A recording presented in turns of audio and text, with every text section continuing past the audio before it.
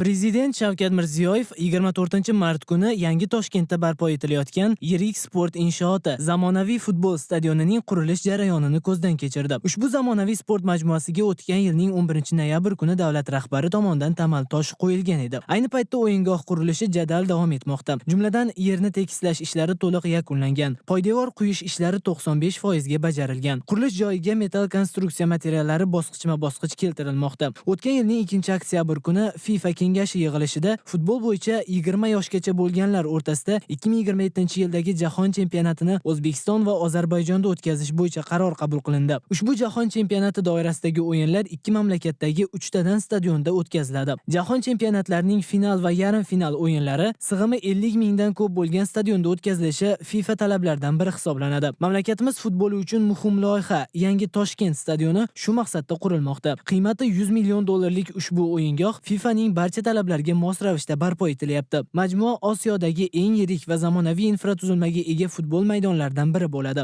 Mazkur inshoot nafaqat 2027-yilga 20 yoshgacha bo'lganlar o'rtasidagi jahon chempionati uchun, balki butun o'zbek futboli va yoshlar sportining kelgusi rivoji uchun xizmat qiladi. Davlat rahbariga qurilish jarayoni haqida batafsil ma'lumot berildi. 55 ming tomoshabinga mo'ljallangan yangi Toshkent stadioni 6 qavatli bo'ladi. Unda nafaqat sportchilar, balki tashrif buyuruvchilar va matbuot xodimlari uchun ham keng qulayliklar yaratiladi. Tomoshabinlar stadionga tez fursatda kirib chiqishlari uchun 10 dan ortiq eskalator o'rnatiladi. Hududda yana qo'shimcha 3 ta mashg'ulot maydoni bo'ladi. Stadion yaqinida metro bekati barpo etiladi. 5500 o'rinli avtoturargoh quriladi. Prezident bunday katta sig'imli yopiq stadion mamlakatimizda ilk bor bunyod etilayotgani uchun har bir jihatga ahamiyat berish zarurligini ta'kidladi. Stadion atrofini obodonlashtirish ishlarini hozirdan rejalashtirib, bosqichma-bosqich amalga oshirilishi zarurligi qayd etildi.